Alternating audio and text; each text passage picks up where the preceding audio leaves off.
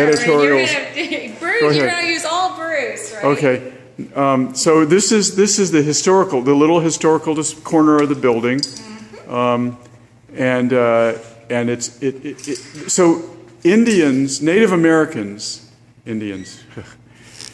Americans actually drew on these geysers that rose to the surface, right? Right. And used them for heat. I remember reading stories of mountain men who would go into the Yellowstone and I imagine they did it here too, during the winter to shelter from severe cold periods. Yep. Trappers. And so this doesn't go back quite that far, right?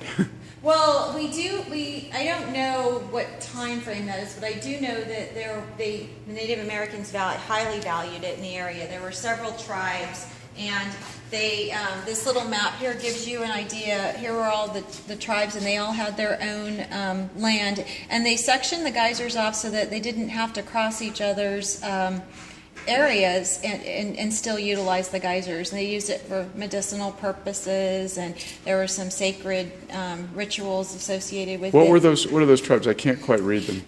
Central Pomo, Southern Pomo, Western Wapo, Northern Wapo, Lake Miwoks, and Eastern Pomo. Wow.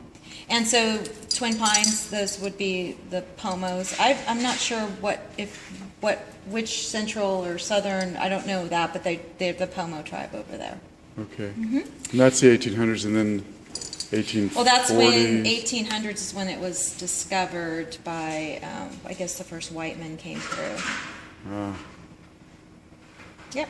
And then the geysers had a wonderful history of resort days, lots of guests. You can see the stagecoach here. Coming up the Sonoma County side of the hill, they needed a team of 6 horses mostly I'm told for stopping power coming down the steep hills. And then Geysers Resort eventually went through several decades of hardship and eventually closed down, and nothing's left. It's pretty much located where our post 1 is when you come up the Sonoma County side of the hill. Who are these guys right here? Early power. John Grant, he drilled the first wells, and then Luther Burbank. He was a botanist, I think, Burbank? Yep. And then the last one is the modern geothermal. That was the first, that was Unit 1 and 2 at the geysers, built by Pacific Gas and Electric Company. In 1960 they started the construction? And we recently, 2010, we celebrated 50 years of commercial operation because when that plant went online. That plant is no longer on the hill. It's Units 5 and 6 is the oldest, and I think that one was built in the 70s. Okay.